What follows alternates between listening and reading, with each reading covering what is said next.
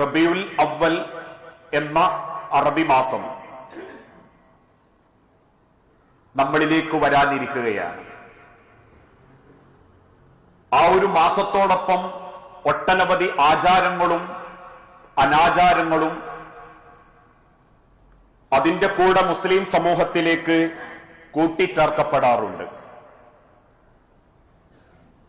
1400 വർഷങ്ങൾക്ക് മുൻപ്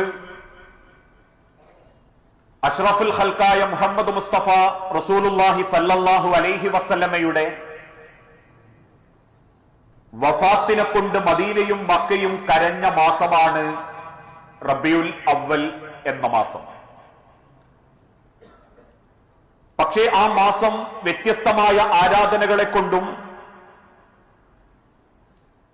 തുടർന്നങ്ങോട്ട് 300 കൊല്ലം ഇസ്ലാമിക ലോകത്ത് കേട്ടുകേൾവിയില്ലാത്ത പല അനുഷ്ഠാനങ്ങളെ കൊണ്ടും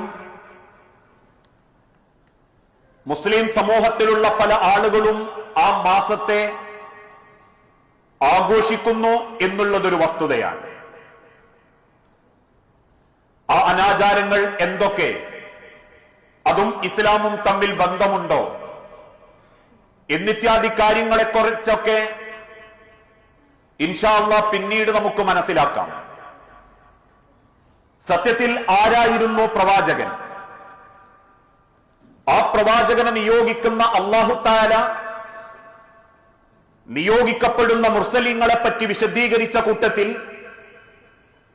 പ്രവാചകൻ സല്ലല്ലാഹു അലൈഹി വസല്ലമയെ കുറിച്ച് പരിചയപ്പെടുത്തിയത് ഹുവല്ലദീ ബഅസ ഫിൽ ഉമ്മീയീന റസൂലൻ മിൻഹും, അല്ലാഹുവാണ് നിങ്ങളിലുള്ള ഒരു നിരക്ഷരനായ, എഴുത്തോ വായനയോ സാഹിത്യപരമായ ഏതെങ്കിലും ഉന്നതമായ വാക്ചാതുര്യമോ ആ കാലഘട്ടത്തിലുള്ള ആളുകളെപ്പോലെ കൺകെട്ട് വിദ്യയോ ഇതൊന്നും അറിയാത്ത നിരക്ഷരനായൊരു പ്രവാചകനെ, നിങ്ങളിലുള്ള ഒരു പ്രവാചകനെ അല്ലാഹു തആല തെരഞ്ഞെടുത്തിരിക്കുന്നു.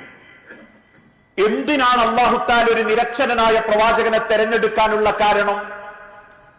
അല്ലാഹു പറഞ്ഞു കൊടുക്കുന്ന ചില കാര്യങ്ങൾ ആ പ്രവാചകൻ ജനങ്ങൾക്ക് ബോധ്യപ്പെടുത്തി കൊടുക്കുമ്പോ ഒരു കാരണവശാലും ജനത പറയാൻ പാടില്ല ഇതൊക്കെ മുഹമ്മദിന്റെ വാക്ക.